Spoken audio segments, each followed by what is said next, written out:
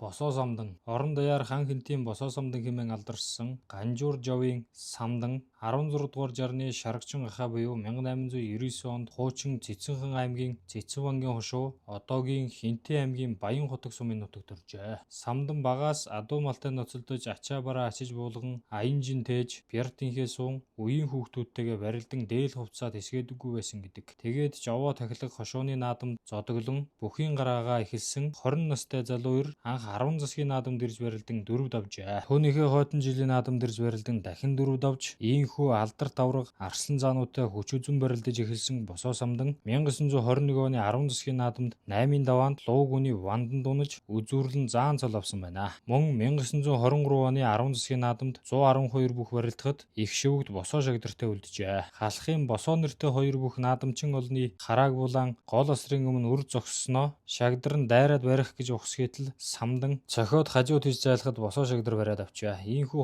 2 бүх лавхан барилдаж бие биесээ тонгорон бужигнуулж байснаа самданг дотуур дэгээ ороотл өрсөлдөгч бүхэн арагш таран унгаж дөрүүлжээ. Босоо шагдар бас тэр жил цэргийн наадам 704 бүх барилдахад 10-ын даваанд Цэцэрлэг мандал уулын аймгийн Дүйн хорын далантай дөвдөг широдон үзүүрлэж арсан зол хүртсэн байна. Хувьсгалын 4 жилийн ойн барилдаанаар босоо самдан Жамин аваргын зүүн хөлийг гадна талаас баруун хөлөөр цохиж 2 хөлийг ойртоод ирэхэд нь тахимаар нь хумж өргөөд өвдөг широдуулан 10 давд төрүүлсэн байна. Гэвч тухайн үедээ түүнд аврах цол албан ёсоор олгоогүй боловч олонний дунд босоо самдан аврах хэмээн нэрлэгдсээр яваад цууд бүхийг тааллав болсноос хойш бараг 50 жилийн дараа аврах цолыг нэхэн хайрлсан байна. Хан хинтийн босоо самдан гихч энэхүү алдарт бүх маань тэр үеийнхээ алдарт бүхчүүдийн дотор биеэр арай намханч 1.9 м өндөр нуруутай 120 кг жинтэй тэвхэгэр дөрвөлжин биетэй монхордуу хамартай хөрслөг хүрэн царайтай бярч чадал ихтэй барилдааны эвсэл мехний хурд хувилбар даац сайтай бүх байжээ. Тэрбээр энгийн дээл хувцастай байхдаа биеийн хэмжээ нь тиймч томгүй мэт үзэгдэх атал бүхийн өмсгөлөө өмсөж хувцассны дараа их том харагддаг. Махмараа булчингийн хөгжил тун сайн тул өөрийн үеийн олон сайн бүхчүүдийн нэгэн манлай байжээ. Түүний хашиж сохих, өргөж тавих мэхэнд нэг орвол ямар ч бүх мултарж үлдэхэд тун бэрх гэдэг байж. Түүний тухай хууч яриа олонний дунд ихэд дэлгэрсэн байдгийн заримаас дурдвал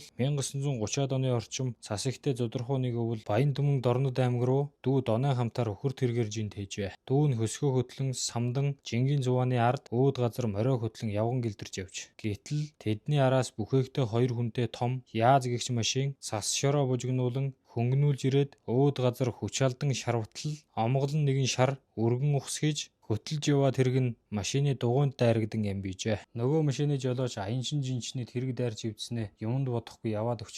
Самдан аваргын уур хурж мориндоо ухсгийн мордоод хойноос нь дахин хурж гараад өхөн зогсооч тэрэг дайрчихлаа шүү дээ зогс гэж хичнээн хашгиравч тоосонгүй. Тэгэхээр нь самдан мориноос өсрөн бууж машины твшний араас 2 гараараар шүүрэн барьж угзартал твшний арын зузаан таг банз тэрчгээрээ ханзран унжаад ирч. Майнерч түүнийг нь сугандаа хавчуулан газар туллан чүүгээ татвал өөд газар хүчмөөтэй явсан нөгөө яаж цааш явж чадалгүй утаас авсуулан зогссон гэдэг. Хожим нь 1947 онд биеийн нилээд чилээрсэн үедээ Хинтээ аймгийн төв Өндөр хаанд байжээ. Тэгээд аваргыг ирж явахыг харсан зарим гэрийнхэн хаалгыг нь төгжээд тайлж өгөхгүй болохоор нь доош хэвтэн ханны шиирнээс гараа оруулан барьж шажигнуулан өргөж гэр доторхыг доогуур нь шагааж харчхаад эргүүлж тавиад явсан байна. Самдан авраг лавтаяа 30 гаруй жил барилдаж явсан бөгөөд улсын чанартай наадамд 12 удаа барилдахдаа 2 төрөөс 3 үзүүрлэн 7 шөвгөрч байснаас гадна аймгийнхаа наадамд 17, орон нутаг овооны наадамд 27 удаа төрүүлсэн байна.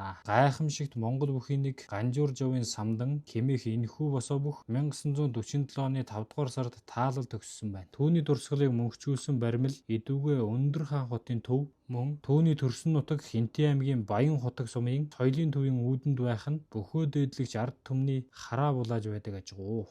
Та илүү ихийг сонсохыг хүсвэл subscribe дараарай.